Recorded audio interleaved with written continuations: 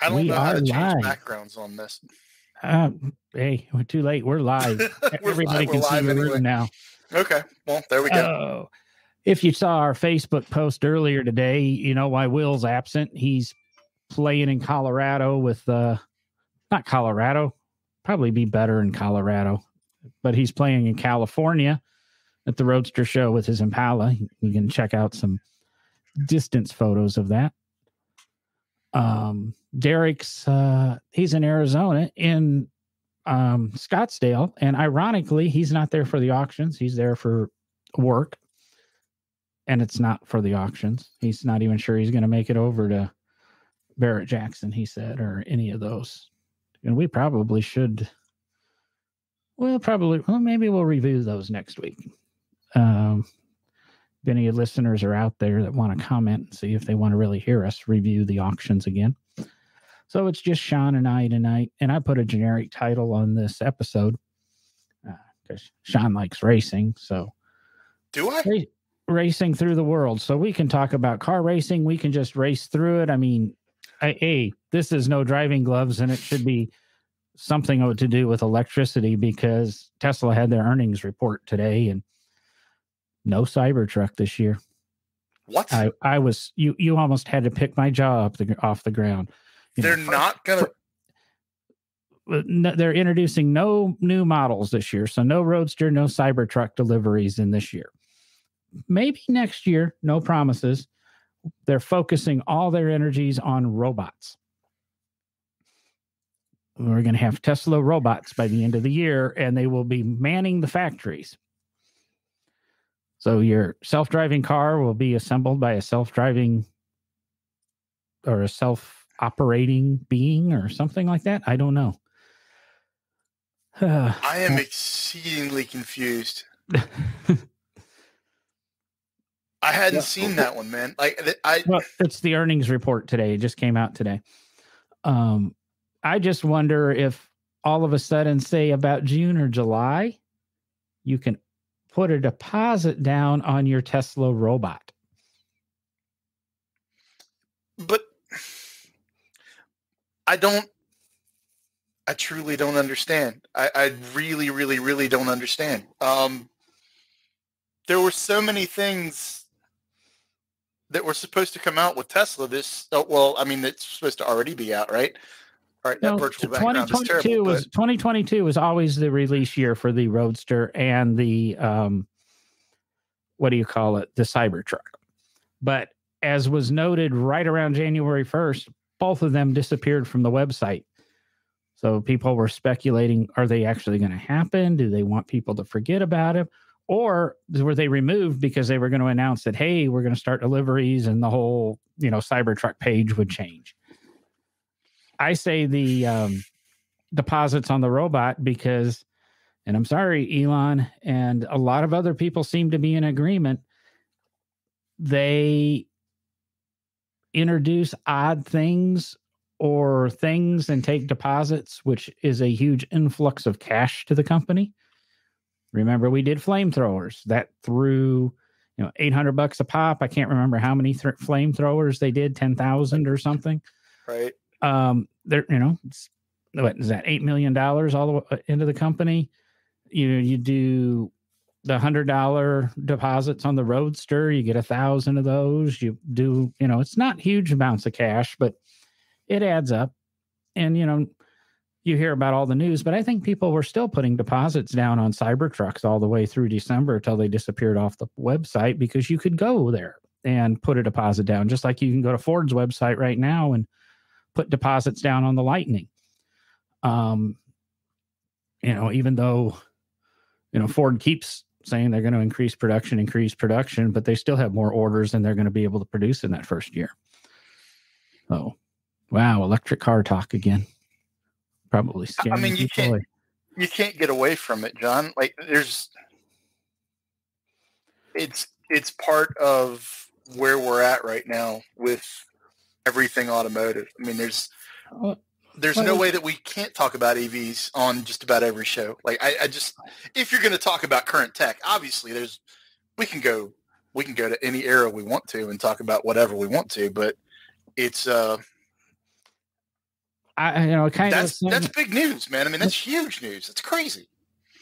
Well, Tesla says they don't expect any slowdowns in production. They do expect some be chip limited still, but Tesla's done a really good job of rewriting software and repurposing some chips, so they're not saying we got to have it, ABC321Z chip here. And if we don't get that, we can't build any cars. They're making, QRS123Z chip work where that previous chip was supposed to be. So Tesla's doing a really good job of that. And they're saying earnings will be up 50% on the year.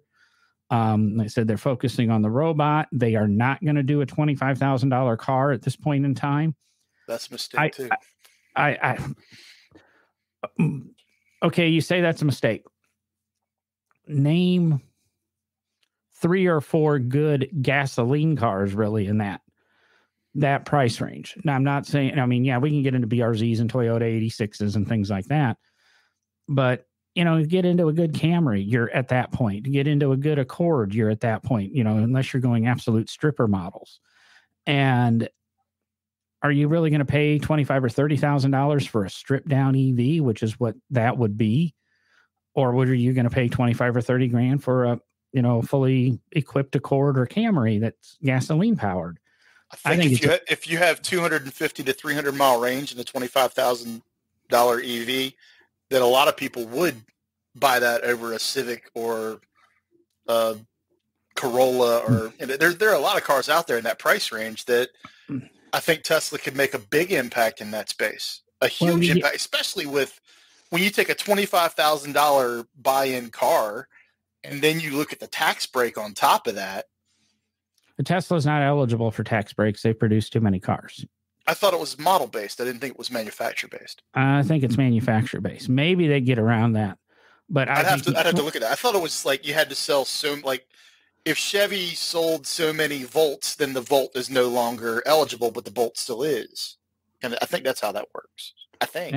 I don't think that's the way it works, because I looked at it when I was looking at a Volt a few years ago, and I thought Tesla, gets whatever they do, and I would look for the government to quit assisting those purchases.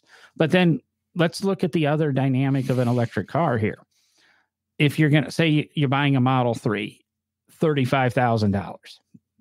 Nobody's buying a Model 3 for $35,000. $55,000 car. I would say everyone that's rolling out is $50K plus. If you've got $50K for it, you probably have the $3,000 to put a charger at your home. If you're buying the economy model at $25K and you're buying the stripper, where are you going to charge the thing? Because do you have 25 plus now 3,000 cash to put a charging station at home? I'll just charge it off 110. Yeah. I remember it popped up in my memories this week because it was like my first or second year at Barber's, and we had a Tesla Roadster, the original Roadster, and we got to drive it around and play with it for a few days, but they didn't bring us a charger for it. So we would plug it into the 110, in one of the back rooms, and wait 6 days.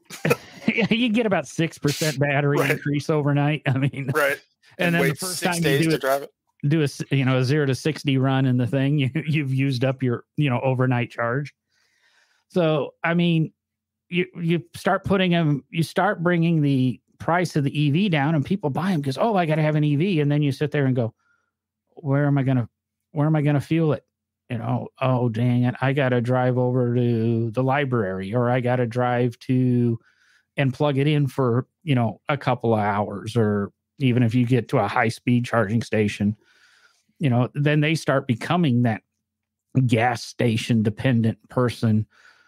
But gas stations don't have those chargers. And we talked about it a little bit last week. By the time I think we get to that point, gas stations will have some chargers, but then chargers will be available everywhere. And I still think at-home charging is going to be the whole thing. And I wouldn't be surprised that soon somebody wouldn't introduce a vehicle with an option that includes the at-home charger. Granted, I'm surprised Tesla hasn't already done it.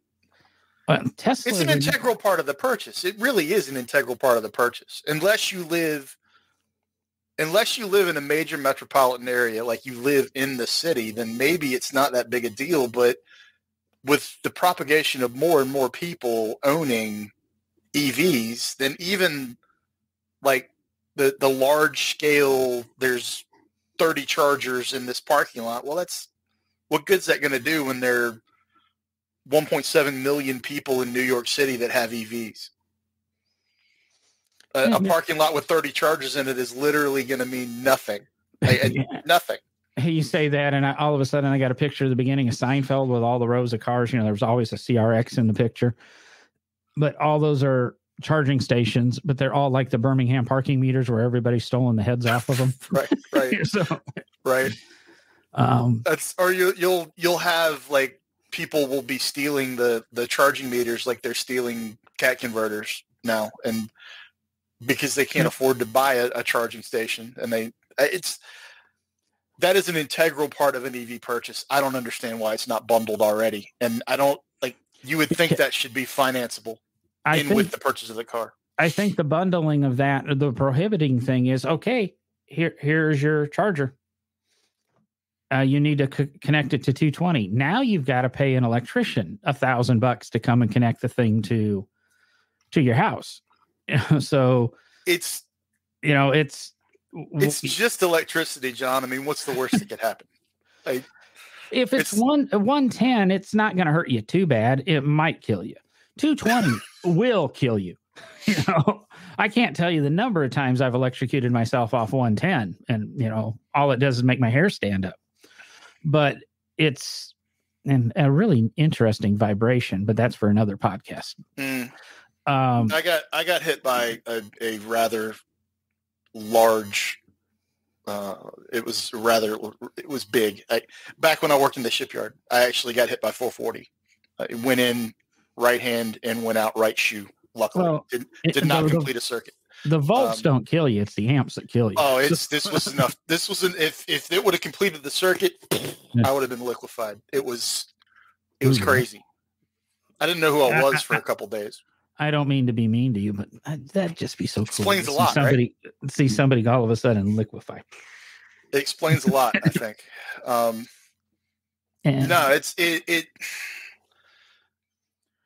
We could go down this rabbit hole of EV.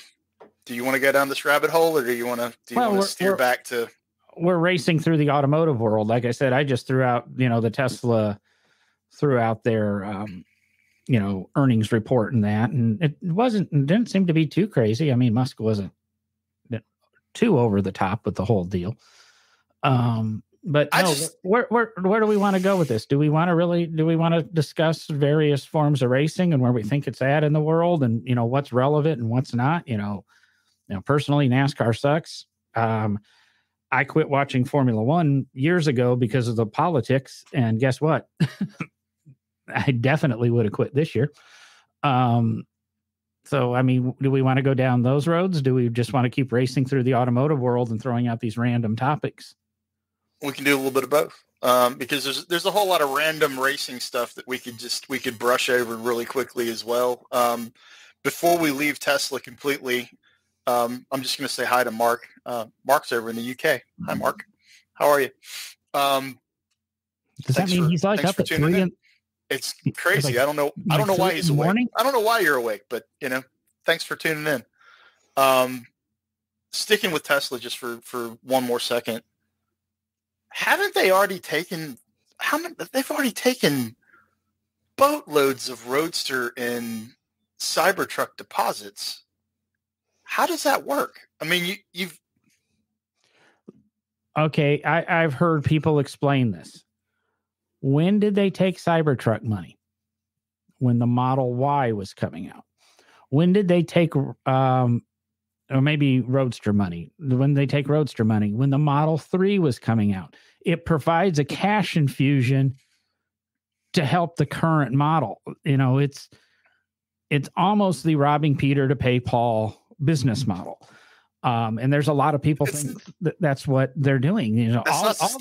All the deposit money's spent. It's not sustainable, but does Musk really care? He wants to go to Mars. He wants to build robots.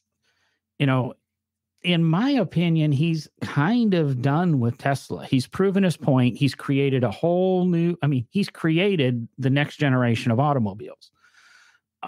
At some point, Tesla's going to get acquired by somebody for technology.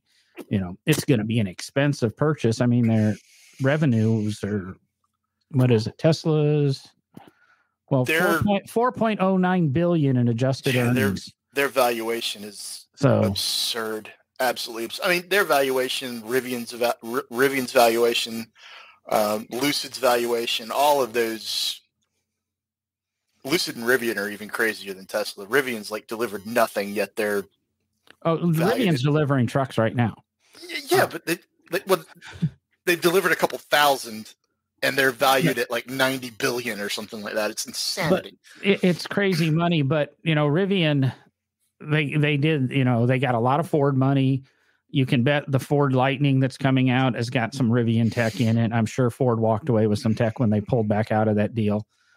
But I'm going to, where am I going to invest? Tesla, I'm not sure how many. I just have Musk's report of they're going to deliver 1.4 million cars over the next year. I've got, Lucid, where I think Lucid's going to be a real big player against Model S's. But Taycans and all the new generation of $100,000 electric cars. I think Lucid's going to be a major player there. Taycan's its own thing. I don't think you can even look at Taycan in the same frame as a Model S or a Lucid. It's a totally different thing. I don't. Not the way they kind of market the Lucid. I mean, with the 1,000 horsepower, etc. And the price point and 600 miles of range, it brings a lot to the table, starting at 50 or 60 grand. We've got to see what Lucid does with regard to sustained performance. And that's why I say that the Taycan is its own thing, because you can take a Taycan out and launch it until it dies, and it will give you max performance every time you do it. But there's no battery heating and cooling issues. It literally, you can take it out on a racetrack and beat it to death until there's no charge left, and it will give you maximum performance the entire time. Whereas the Tesla cannot. The Tesla starts going into a limp mode, and I mean, that kind of makes sense. Yeah, Porsche lets you do that. I mean, go back to launch control on the 911 and launch control on the Nissan GTR. Nissan eventually said, if you do more than 10 launch control launches, your warranty's void on the differential. Porsche says, I've got videos where we took the entire staff of the museum out one day, and everybody got into a 911 and did a launch control. I mean, I did events with Porsche all over the country where we would literally have anything from a Carrera S all the way up to a Turbo S.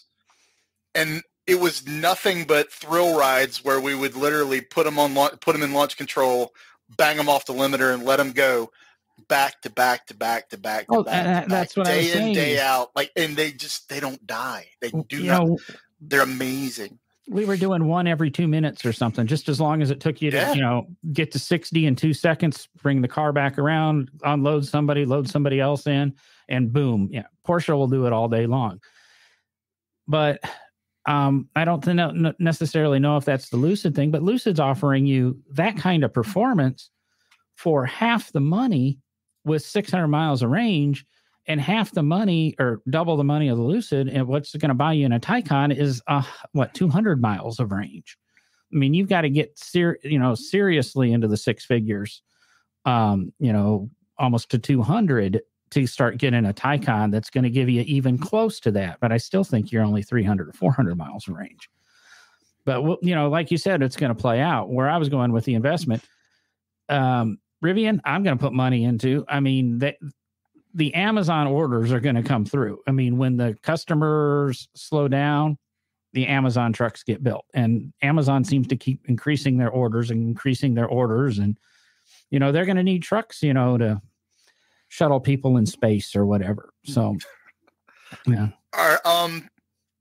Did I hear that did Tesla cancel the Hertz order? Didn't Hertz or Avis order 100,000 cars and Tesla actually canceled it, I think? I know one of them. There was a rental car company that ordered 100,000 Teslas. And I believe that Tesla canceled it. Let me see. Tesla cancels Hertz order. Let's see if I'm wrong. Oh, Musk also said that we'll have full self-driving Teslas, I guess level 4 autonomy by the end of the year in his cars, which you can't sell me on that yet. I'm sorry. He was saying it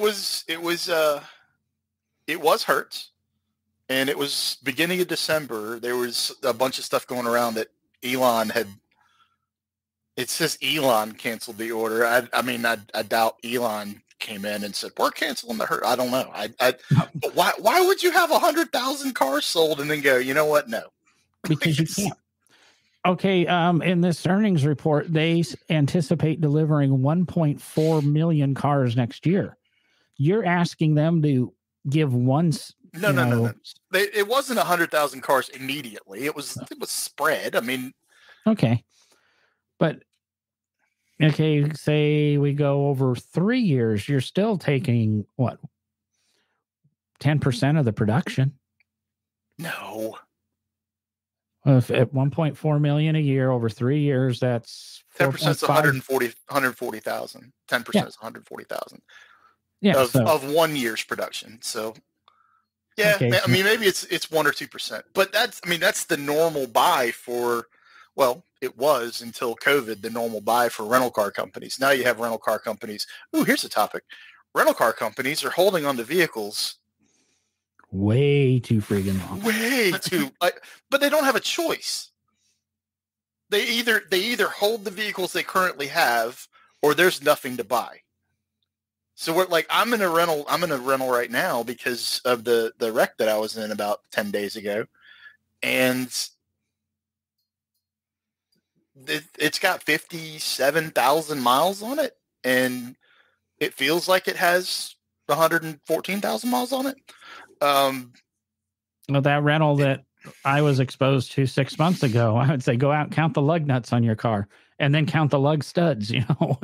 Right. That car had so many issues with it. It was pathetic, and it was only at 30,000. I mean, you have a background in the rental car industry decades ago, and that. When's the last time you saw a rental car with more than 20,000 miles prior to COVID?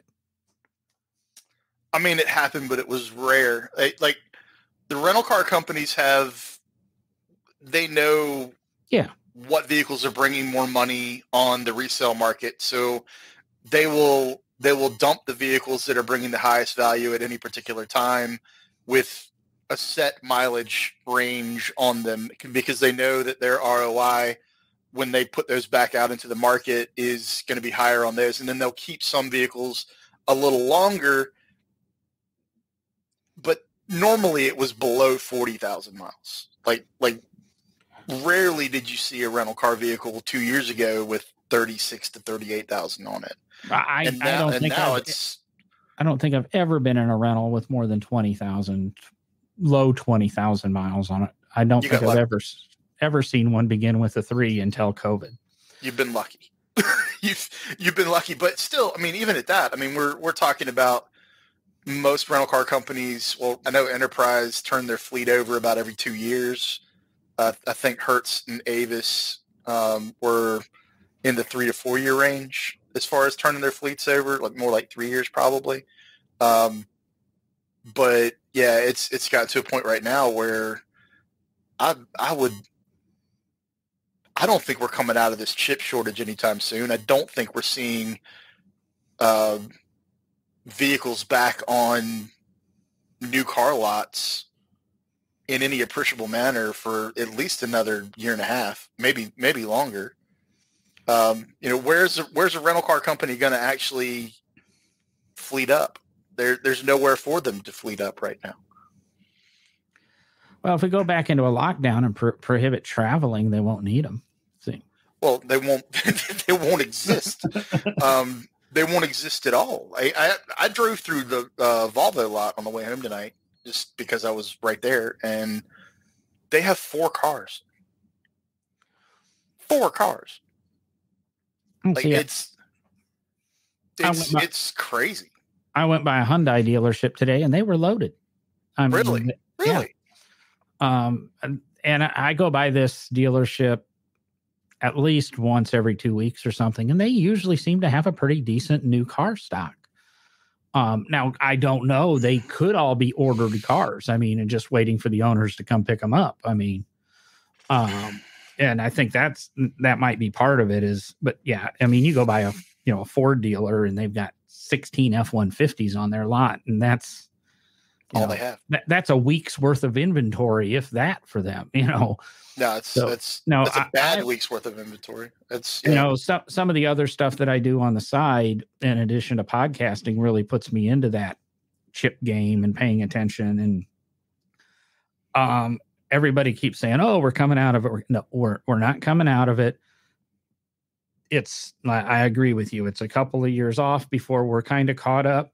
And the thing is they were saying, "Oh, we're going to have chips by the end of the year." And I think Ford was one of them. We're going to have chips by the end of the year. Well, those chips, guess where they went? They went into the cars that were ordered, and now they have no chips again. So they have no cars because, they just went to fill orders and fill orders and fill orders. But then again, Ford seems to be delivering Mach-E's all day long. They're delivering the Mavericks all day long. Hyundai's delivering the, I want to say Santa Fe, but that's not it. Whatever their Santa Cruz, the new truck, or their Ute, or whatever that thing is. Yeah. I it's too big. It's not the car that they promoted. I mean, it's Ranger size. I don't think it's not a compact pickup. I wanted a Baja. Like I wanted another Subaru Baja. I thought that's what they were going to build. But I want a Transit Connect with a pickup truck bed. That would be, to me, that's still the perfect little unibody truck. The Maverick's okay, but I think if you just, figured out the structure and, cut that box out of a, Transit Connect and made that into a pickup, that would be, I really wish that crazy dude, Smith Performance would do that. Yeah.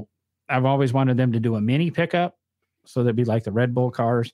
And I've always wanted them to do, and when I say mini pickup, I actually mean BMW mini pickup, not just a small truck, or a Transit Connect conversion, or even a Caravan conversion or something.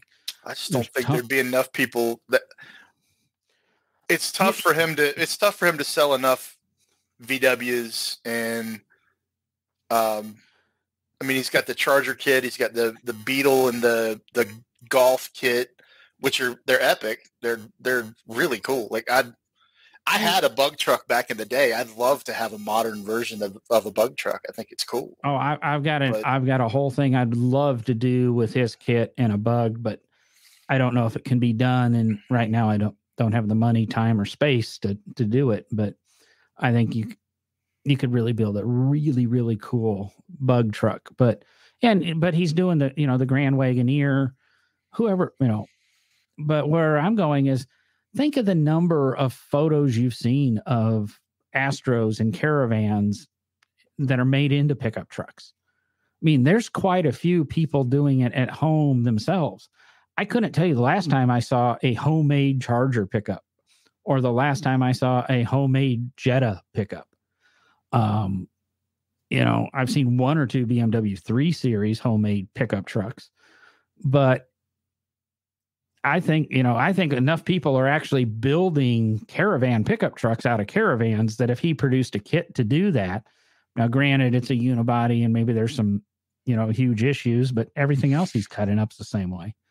Have you seen, I think her name, I can't remember how she pronounces her last name. I think it's Simone Getch. I think it's how she's got, she turned it's Giertz is her last name. she's got a YouTube channel, and she does she just builds crazy stuff. And she converted her Model S to a truck.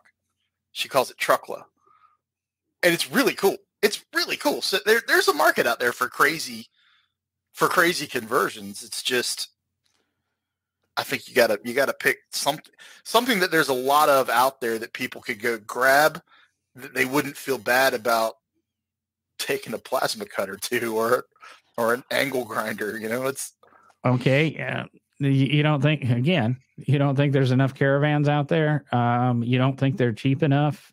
They all have transmission issues, but I mean, caravans, yeah, caravans, sure. Transit Connects, maybe not yet. Not here. I mean, over in Europe and the UK, sure, they've been out over there for decades, but we haven't had the transit over here that long. It's only been a couple of years, hasn't it, since they've been out? We've had them since 2010. We've had two different. Has it been that long? Yeah, because we had the original body, and then the one that I had that body style came out in 14. And then they kind of did a pretty good revamp 2 years ago or so for 20, was it? So I think mine was a 19. It's bad. I've owned so many cars I can't even remember the model years anymore. I think I had a 19 Transit Connect, and then in 20 they redid the body. I loved yours. It was cool. Yeah, I mean, I liked it. The reason I bought it is I thought of it as a mini truck with a topper on it, not a BMW mini truck, as a small truck with a topper on it.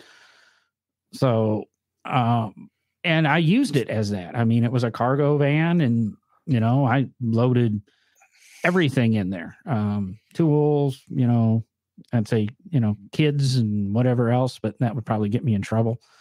But, since it was the white Predator van. You drove that van more than you drove your SHO, which was, I mean, you told me you did anyway, that speaks volumes, because the SHO is a hell of a nice car. But when I had the SHO 2.5 years when I got rid of it, and it had 36,000 miles on it.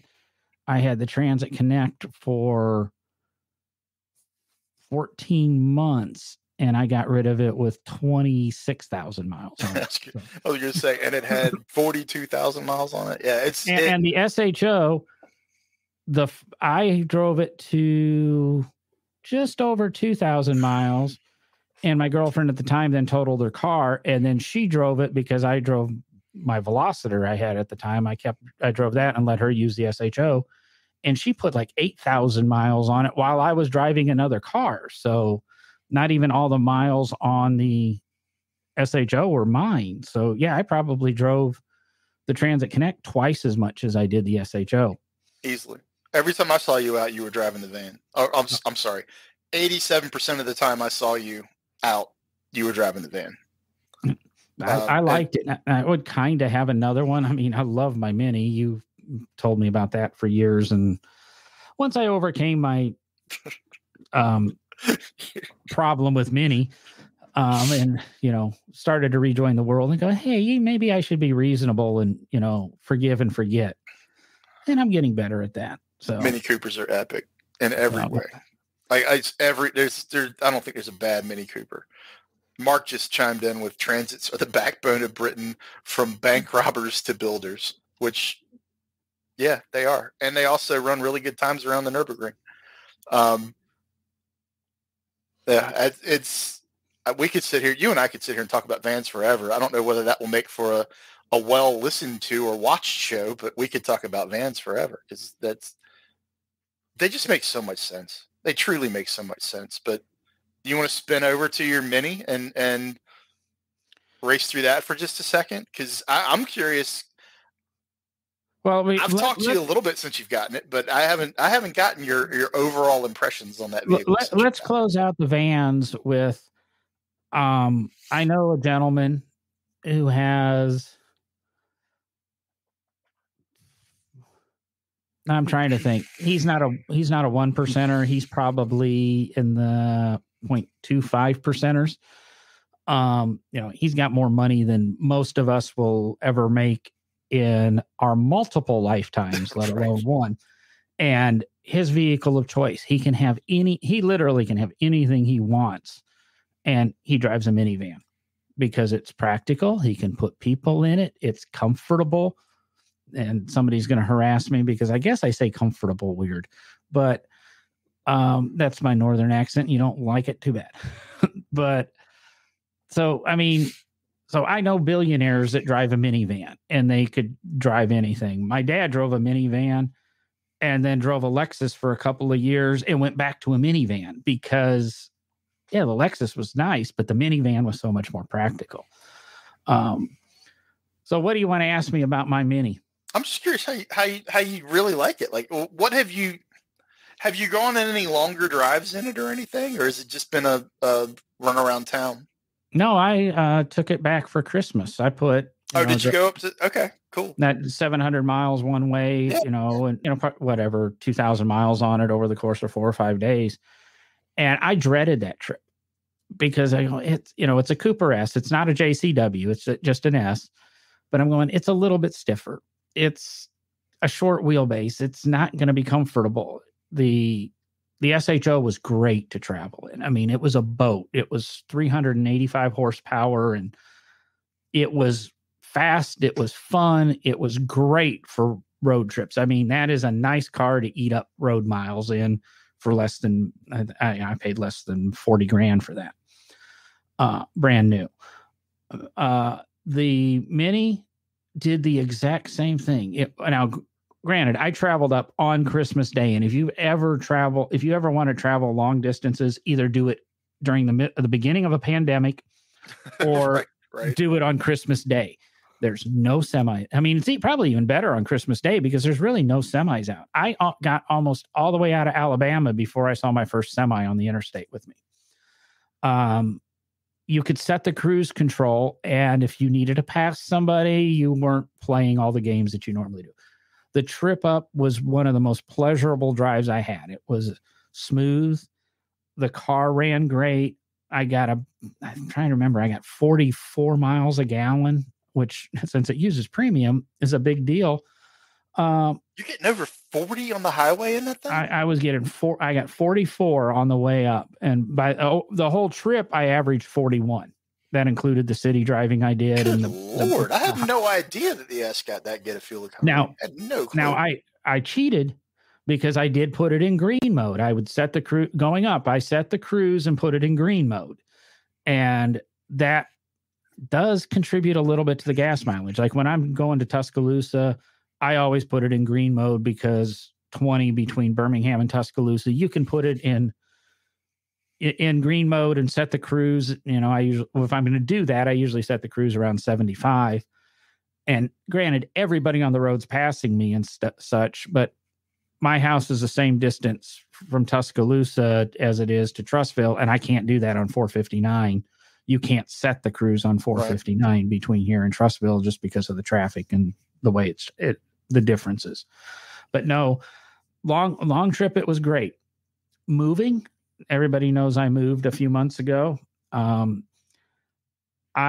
used I rented a 18-foot or 20-foot U-Haul and had it 3/4 full. That was my couch. That was my kitchen table. That was, my, 65-inch TV. That was, the big stuff, my big bookcase, things like that. That's what went in that truck. Everything else in this apartment came in the Mini. And it's amazing the amount of cargo, and it's a standard 2-door hardtop. The amount of cargo I can put in that thing and haul, blows my mind also. And then you put the thing in sport mode, it's a completely different animal. You put it in sport mode, you put it in manual, and it's a 7-speed dual clutch. So it's one of the most fun cars I've had. And I've been tempted to ask on the CRX forums, how many people are that are on the CRX pages have a Mini. It reminds me so much of my CRX SI. Mm-hmm. And we, if you're a regular listener to the podcast, you know how much I love my CRX SIs. I think it's a modern day CRX SI in the Cooper S form with the power it has, with the economy it has, with the space it has. The only difference is it's not as dependable. And I don't know how many of these things are going to be running around in 40 years. You know, it is a BMW. It is one of the most terrifying cars, I think, on the road to do repairs to if it's not under warranty. I will not own my car when it's not under warranty. Yeah. And that makes sense. I'm the same way with the Alpha. I don't really ever want to get rid of the Alpha. I love that car, and so does Natasha. But owning any modern era car though that's out of warranty is just you're just gambling, man. There's a reason I can go out and buy a S600 Mercedes, for 15 grand. That's I want one 10 years so old. you know why I want the S600 Mercedes. I want the V12 so bad, and I only want it for one reason. When I first moved down here, there was a S600 on. It's now a tire place on 280, but they used to sell exotics or toy cars. And they had an S600 Lorenzo body kit, Lorenzo wheels. I mean, just, pimped out to the max, but a nice car. But the thing was 28 grand. And damn well, the day that car was sold and built, it was 150, 170K. Granted, that was 10 or 12 years ago. Yeah. And we both have a mutual friend that bought a Rennsport SL. And he bought it for, this 20,000 mile car, and he paid maybe $1 a mile. I think he paid 23,000 for it. And it was an SL 600 with the Rennsport body kit and the ECU tuning and everything done to it. It's a 750 horsepower car. I think.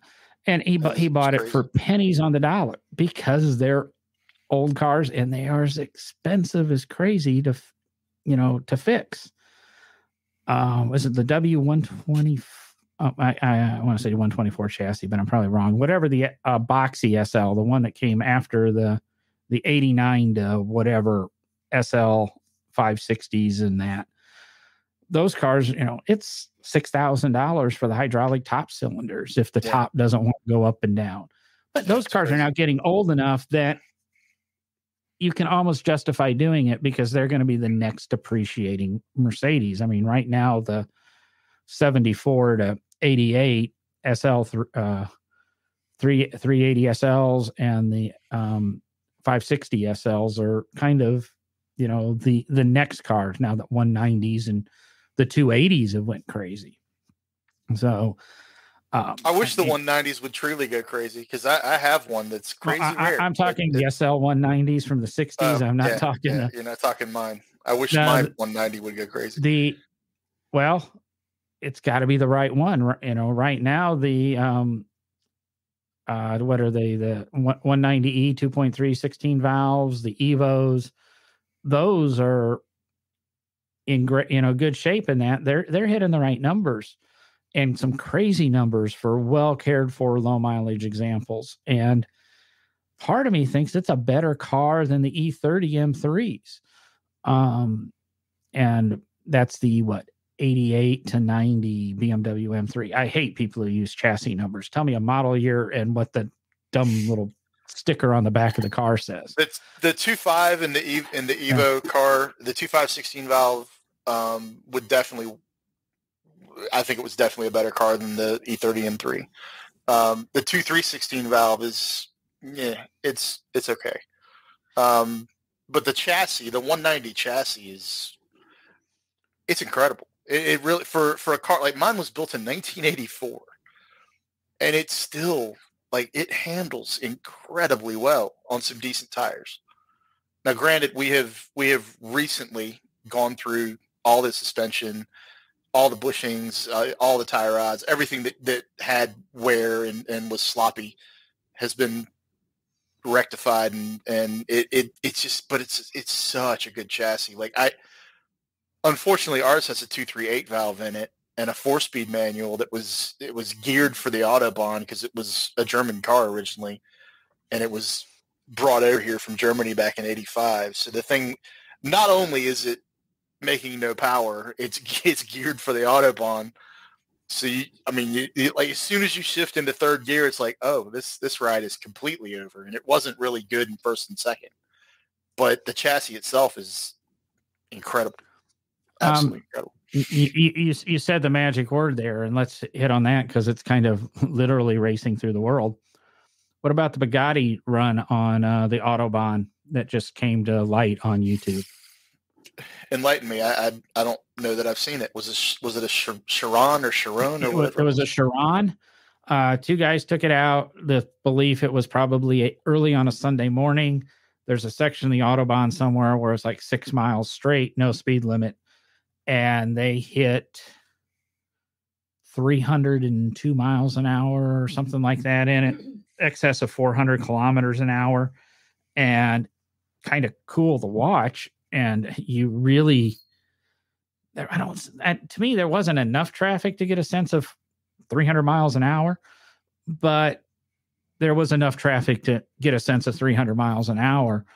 But now all of a sudden, of course, the speed limit police are all jumping out saying, see, we really need to put speed limits on these roads because people will be crazy and go out and do something like that.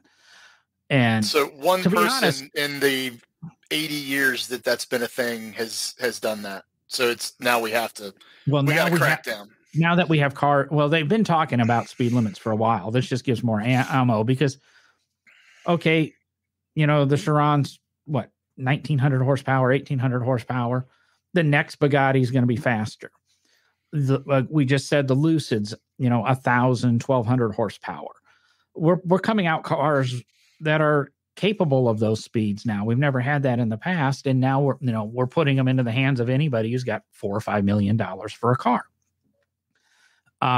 So I think there's some validity in saying, it's going to become a more regular occurrence. I don't think somebody's going to be doing it, every week, but people are going to, go there. And I mean, if you got $5 million for a Bugatti or $4 million for a Bugatti, what's to prevent you from, let's go ahead and spend 30 grand and ship it over to Germany so I can do a run on the Autobahn, because you need that 4 to 6 miles of pavement to hit those kinds of speeds and then to slow down from those kinds of speeds. And then, of course, you have to ship it off, get new tires and everything for it. I'd love to comment on the fact that we are sitting here talking about $4+ million cars casually.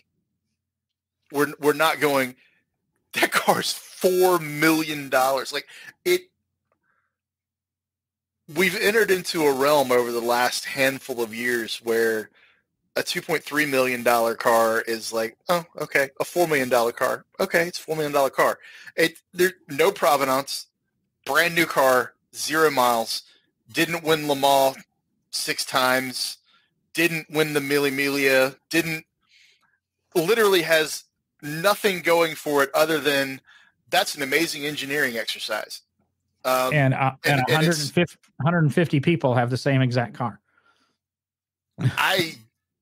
What's the I can't believe we're here, man. Like I remember when $250,000 was like, holy shit, that's a crazy expensive car. And now we're $5+ million and not even batting an eye. It's like, oh yeah, that makes sense. Don't get me wrong, it's still an impressive sum of money for a car, and wealth is proportionate to income, and it's also proportionate to the people you hang out with. You become, as you hang out with wealthy people, then they say, that helps motivate you to become wealthy, blah, blah, blah. You become, you kind of grow to the level or shrink to the level of the people you hang around. And, I'm fortunate enough to have a couple of friends that have $2 million cars and have $4 million cars. And, and some of them own multiple, 7-figure cars. Unbelievable. But yeah, you're right. For the 2019, 2020 Ford GTs all day long are $1 million. Koenigsegg, $250,000 for a set of wheels. Right. And it's, you want you don't want us to paint it. You want it bare carbon fiber. which seems like a step backwards, but there's a lot of laying up of the carbon fiber and such, but to make sure all the weave matches. But to be honest, the weave has to be that way. I think a painted car and an unpainted car, whether it be a Ford GT or a Bugatti, bare carbon or painted, the carbon's going to lay up and match because it's scientifically designed for those fibers to go those ways to put that stress on it. And if you have a slight wave in your carbon fiber or the thread of carbon through the carbon fiber weave, you reduce the strength of that single thread by 50%. So don't tell me that you lay up the car a little bit more carefully, make sure the doors match and things like that. And then charge me an extra $100,000 or $200,000 or in Koenigsegg's case, an extra $1.5 million. I think Koenigsegg's case, it was $400,000 to get an all carbon car. For only $400,000. Do you realize I can buy any what do I want to say? I want to say any Huracan on the for market. For $400,000, I can buy pretty much anything I want. It's not going to get you into an Aventador. It's not going to get you into an 812. I don't fit in them anyway. I don't want one. I've driven an Aventador once. I didn't get to flog it, but I've had a bunch of different Lambos on racetracks. I don't fit in Lamborghinis, so I don't need to worry about them. I don't need to worry about them at all. That's why I like my size. And some crazy reason, I don't know why, but I actually bought a gym membership this week, so we'll start maybe getting a little less round. And good job. Pass me some of that motivation when I get this back. I was motivated to buy the membership. I haven't yet been motivated to use the membership. Nice. So, but I plan on swinging by tomorrow morning to walk around the place to see. Are you going to drive? You're going to just drive by. I've got drive to be by out slowly and just try to soak it in. Well, I need to go walk through it to see what, I didn't even tour the place before I joined. I stopped and visited and chatted, but I need to tour the place and kind of casually watch the people working out. So I know what I need to buy to wear, because they're going to look at me really funny if I go in there in blue jeans and a t-shirt to exercise, just wear, get on the bench, steel toe boots, cargo shorts. You're fine. I got swim trunks I don't use for any other reason. Maybe I can work out in those. I mean, Perfect. They come with built-in underwear and everything. So how did we get here? How did we? I don't want to be here right now at all. It's not it's the whole let's go back to. I'm the one pulling us back from a tangent. Non-alcoholic beer. Oh my God! Don't ever do that again. The $1 million car, when we truly reached the $1 million mark, was that not the Ferrari, the P1 and the 919 that did that? Weren't all those right at $1 million when they were launched? The 918 base was like 920. The P1 was $1 million, maybe $1.1 million. But those three cars sort of set the precedent for. You can build a car granted, the LaFerrari, those three cars were never built in high volume, but compared to other vehicles that had previously been sold for over $1 million or approaching $1 million brand new, the production value, the production numbers are fairly high, in the hundreds, not in the tens.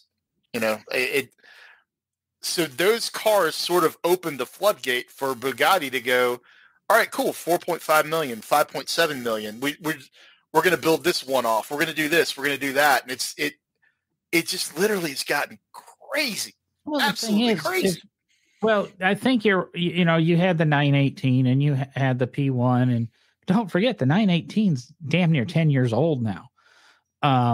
So we've had some inflation and some things like that, and it's become a little bit norm.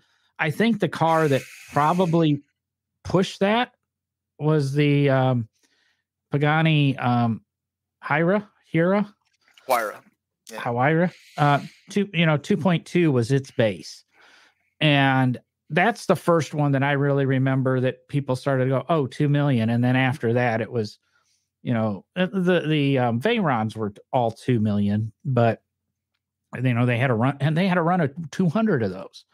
Took them a couple of years to sell them, but on the flip side, the Chiron, there's a long tail super sport something else, and I mean it's supposed to be the fastest Chiron out there. They're all bare carbon fiber with a orange racing stripe, and they're building 30 of them. They're $5 million a pop. So I'm paying $5 million so I can look like 29 other people. Well, hopefully they're only going to sell one to you in whatever town you live in. Because the reason I know about it is a single dealership in England is sold 5 of them. What? So, and it's really funny to read it because they list Rolls Royce and Pagani and Aston Martin and all these things. And at the end, the press release about the Bugatti, they end with Radford. They're a Radford dealer. But when they put the little, all the information about the company paragraph, they never updated that because they leave Radford off of it. And, I don't understand this Radford company, but, they're building a $1 million, where it really comes down to it, Lotus Evora. So it's craziness. Completely crazy. The world is nuts right now. And then we didn't even touch on what we're seeing as far as just pre-owned car prices on dealer lots right now. And that's for a completely different show as far as inflation in general. And I know we're about to run out of time, so I don't even want to open that topic up, but oh my God. Well, I'm going to say something, and somebody pointed this out. This is from a podcast about podcasting. How the hell do you run out of time on a podcast? Yeah, we like to keep it around an hour because most of our listeners are used to that. That is exactly why I was saying that. If you want to talk about it, I'll talk about it. I don't want to talk about it, and I've avoided that topic a lot because I can turn on anything and actually watch the news and hear a fairly intelligent conversation on used car prices. And we've been through, we've touched on it, but I kind of like talking about the multi-million-dollar cars because people don't talk about the way what you said is we're sitting down and casually talking about a $4 million car like it's there's nothing. Normalized. And I don't have $4 million for a car. Don't get me wrong. I mean, I don't have $4 million. I might look like it in everything in this fancy studio in here, in my with your one-bedroom apartment right in the slums of Birmingham. But I need to come check out your new apartment. I had no idea that you had a Formula E car in your den. I had no clue that. Oh, yeah, I got that from my previous job. I mean, he had a Ferrari hanging on the wall. I can, nice. It's nice. It's not. I had no idea. Like once I get my back fixed from that wreck, I'll have to see if I can shoehorn myself in. You can come over. I bought the train from Silver Spoon, so you can just park out front, and the train will pick you up and run you in. If that were the case, I would literally shut this down and head your way right now. If I thought there was even an inkling of truth in that, I would be on the way. As close as I can come is I know where the old train from the zoo is. And I think it is for sale. While I'm on the train heading towards your front door, I'll be singing Fat Guy on a Little Train. It'd be amazing. I don't know what that is, and I don't think I want to go down. It's from Tommy Boy. You have to know that scene. I'm watched Tommy Boy once. I'm not Fat Guy. I'm not a little coat. Here, surprising. I'm not a big Led Zeppelin fan. I'm not a big Pink Floyd fan. I'm not a big Chris Farley fan. So if it's popular to the world, I probably dislike it because I'm an asshole. I don't like everything Chris Farley did, but Tommy Boy was funny. And Living in a Van Down by the River was wonderful. And we can talk about Living in a Van Down by the River because it's vehicular. And that's wonderful. Hey, I was talking earlier that, if certain things that I'm doing in the next couple of weeks don't pan out, I might be living in my Mini. So down by the river? Well, person I was having the conversation with, I just said I didn't just need a place to park the car. So, but from what I understand, Birmingham doesn't give parking tickets out anymore. Don't take that as gospel, but I haven't had opportunity to test it. But we have room. Come on out. Don't be surprised. I might show up one day with a Mini in one of those portable buildings.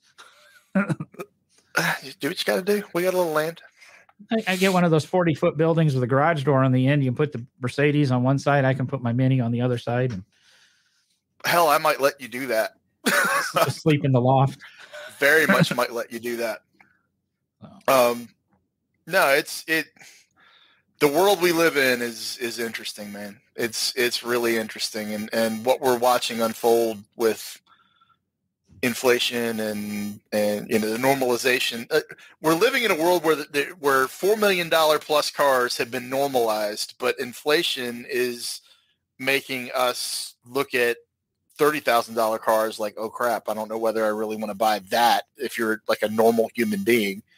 And then, it's what's going to happen if Russia goes into the Ukraine, and there's so much crap.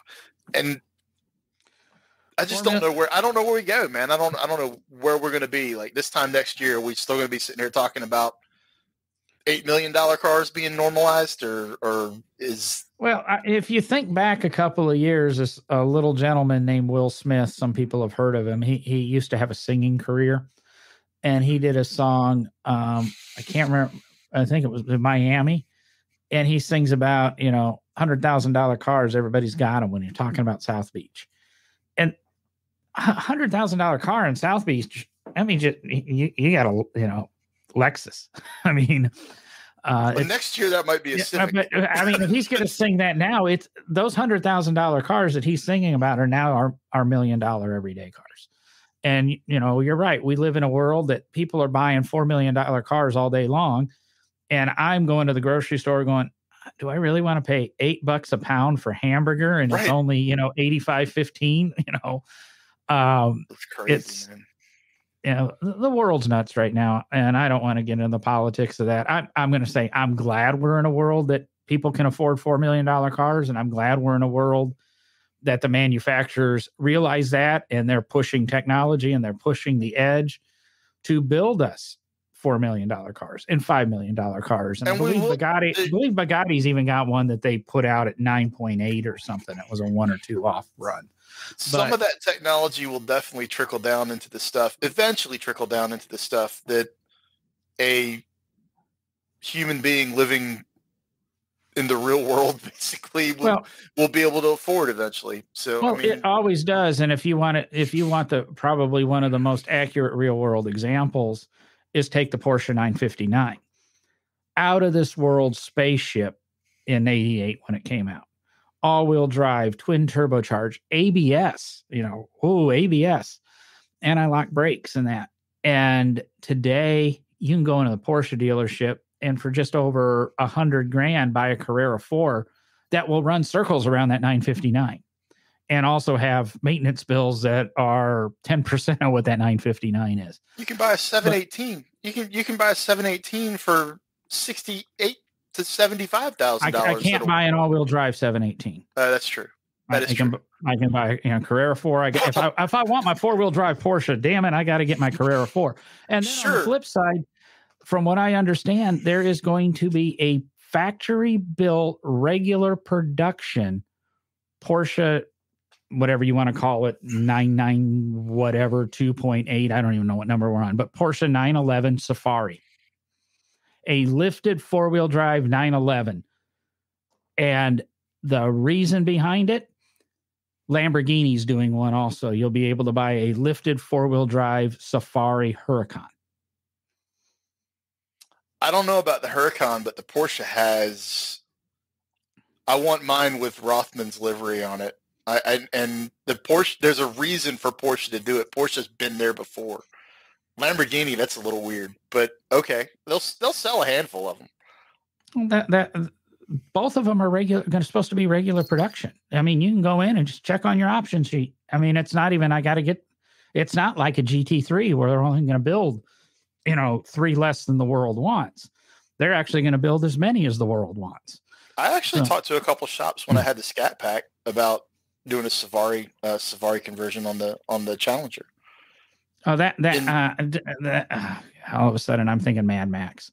No, I was going to do it more in the vein of the GT500s, the Mustangs that you saw back in the 60s and 70s, that they would put the 31-inch tires and a roll bar and some lights on them, and they had the roll bar with the spare tire mounted on it and weld the doors up, and they're actually pretty cool looking, man.